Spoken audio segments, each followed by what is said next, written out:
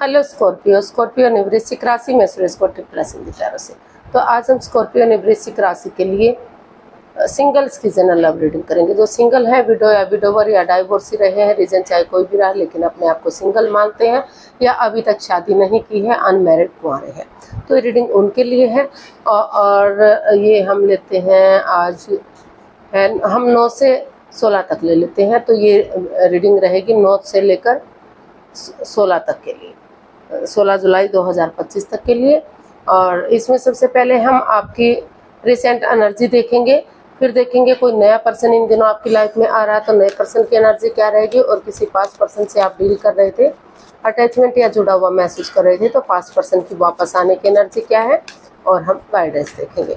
तो चलिए देख लेते हैं स्कॉर्पियो आपकी जो है ओवरऑल ये एनर्जी क्या रहेगी। ओवरऑल इस सप्ताह एनर्जी क्या रहेगी स्कॉर्पियो के लिए, चलिए देख लेते हैं स्कॉर्पियो के लिए ओवरऑल एनर्जी क्या रहेगी।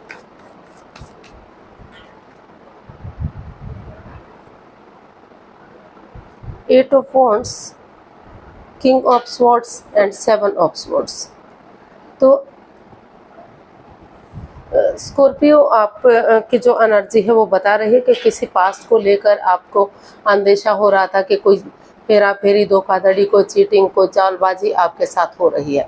काफ़ी परेशानी या प्रॉब्लम्स उन चीज़ों को लेकर आपकी रही है, लेकिन आपको महसूस हो रहा है कि अगर आप इस रिश्ते में उनसे मिलेंगे तो आपको महसूस हो रहा है कि आप अगर जल्दी सामने वाले से मिलेंगे, चीज़ों को क्लियर करेंगे, उनसे बातें करेंगे, तो जितना जल्दी आप बातें करेंगे, जितना जल्दी आगे बढ़ेंगे, उतनी ही एनर्जी आपकी इनहेंस होगी, उतना ही आप आगे बढ़ने में आपको सफलता मिलेगी। तो आप उस पास्ट को भुलाना चाहते हैं, उससे रिलैक्स करना चाहते हैं, जिसके लिए आप कंफ्यूजन में या दुविधा में रहे हैं।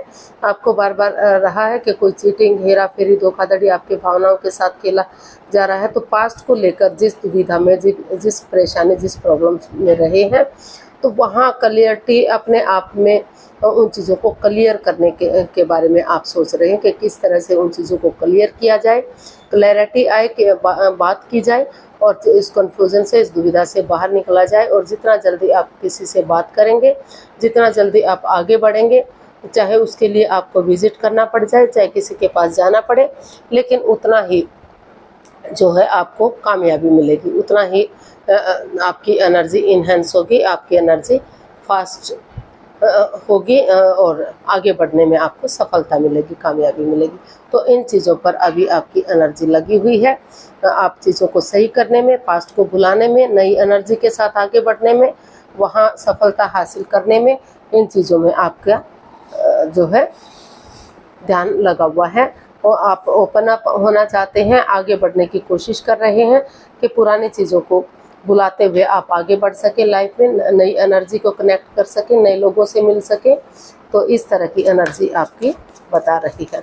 तो देख लेते हैं अगर कोई नया पर्सन इन दिनों आपकी लाइफ में आ रहा है तो नए पर्सन की एनर्जी क्या रहेगी।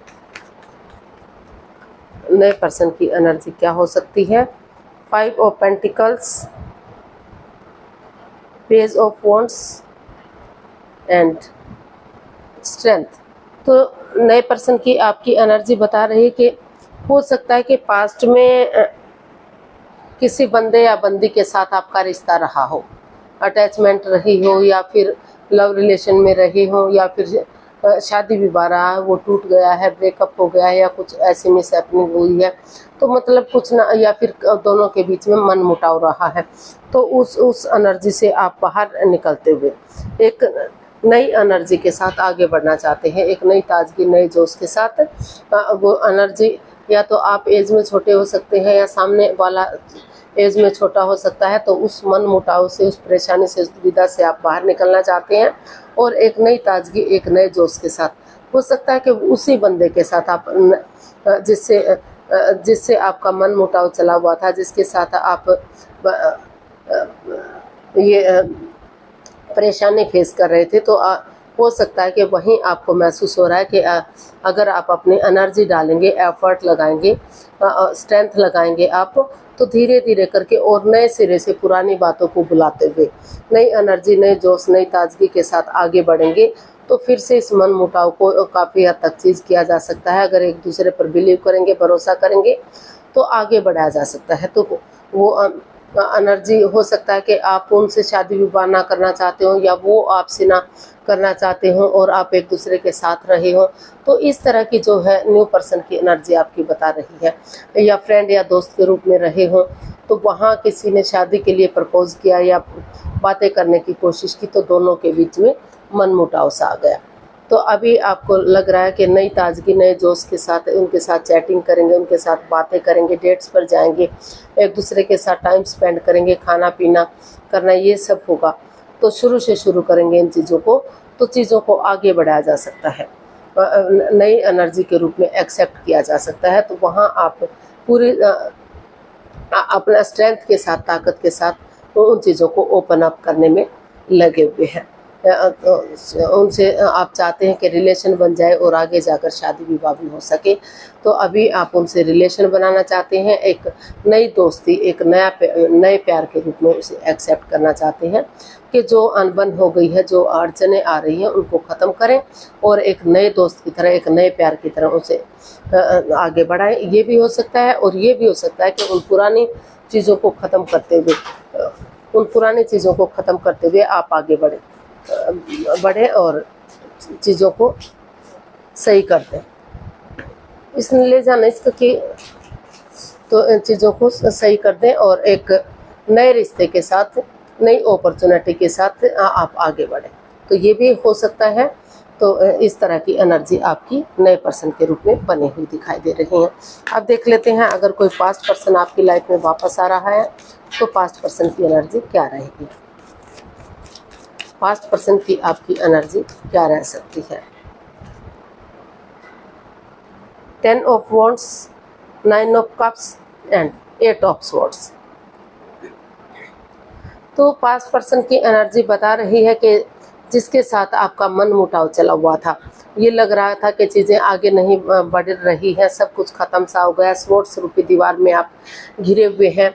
तो आपने डिसाइड किया कि धीरे धीरे करके, अगर आप जो बातें हो नहीं पा रही थी, या इमोशनल लेवल पर अच्छे से नहीं हो रही थी, हो भी रही थी तो अच्छे से नहीं हो रही थी, तो अगर आप उन बातों को करना शुरू करेंगे, आप या आपके जिनसे आप रिलेशन में से, जिनसे आप प्यार मोहब्बत करते थे, तो धीरे धीरे करके इस नेगेटिविटी को ख़त्म किया जा सकता है। इतनी भी बड़ी बात नहीं है कि इस स्वॉर्ड्स रूपी दीवार से, ये इतना भी मजबूत बंधन नहीं है कि इसे बाहर ना निकला जा सके। तो अपने दिल और दिमाग से काम लेते हुए आपको लग रहा है कि स्टेप बाय स्टेप करके इन रेस्पॉन्सिबिलिटीज़ को, इन जिम्मेदारियों को, इनको उठाएंगे, तो जो रिश्ता बर्डन या बोझ लगा हुआ था, वही रिश्ता आपके लिए आगे बढ़ने में आपकी मदद कर सकता है और आपकी दिली तमन्ना पूरी हो सकती है, कामयाबी मिल सकती है, क्योंकि उनसे आप इमोशनली अटैचमेंट फील करते हैं, उनसे प्यार और प्रेम करते हैं। तो स्टेप बाय स्टेप करके, धीरे धीरे करके उन जिम्मेदारियों को समझना चाहते हैं आप, या फिर आपके पर्सन जिनसे आप प्यार करते थे, तो आगे बढ़ने की कोशिश कर सकते हैं। फिर से चीज़ों को सही किया जा सकता है। जो चीज़ें बर्डन या बोझ बनी हुई थी, वो चीज़ें आगे बढ़ाने में आपको मदद कर सकती हैं। गाइडेंस देख लेते हैं, द हैंग्ड वन।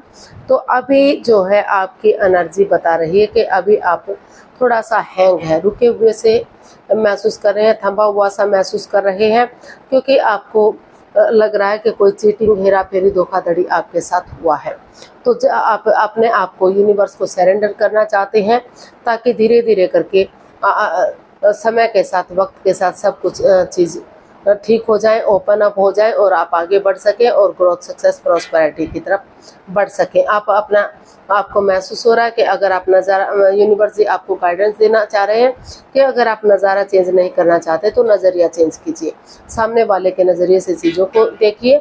जो चीज़ें रुक चुकी हैं, थम चुकी हैं, अगर धीरे धीरे करके यूनिवर्स को सरेंडर करेंगे, अपने आप को हील करेंगे, मेडिटेशन करेंगे, नेगेटिविटी को ख़त्म करेंगे, तो धीरे धीरे पॉजिटिविटी आएगी और चीज़ें सही जा सकती हैं, क्लियरिटी आ सकती है, चीज़ों को सही किया जा सकता है, रिश्ते को आगे बढ़ाया जा सकता है। तो आज के लिए इतना ही, फिर नई वीडियो के साथ मिलते हैं। अगर वीडियो सही लगती है, अच्छी लगती है तो प्लीज़ लाइक शेयर और सब्सक्राइब करें। कमेंट्स करना ना भूलें, इससे मोटिवेशन मिलता है, आपको नोटिफिकेशन मिलता है, वीडियो बनाने में मदद मिलती है। तो जल्दी मिलते हैं नई वीडियो के साथ। तब तक के लिए हैप्पी रहें, खुश रहें। नमस्ते, थैंक यू सो मच।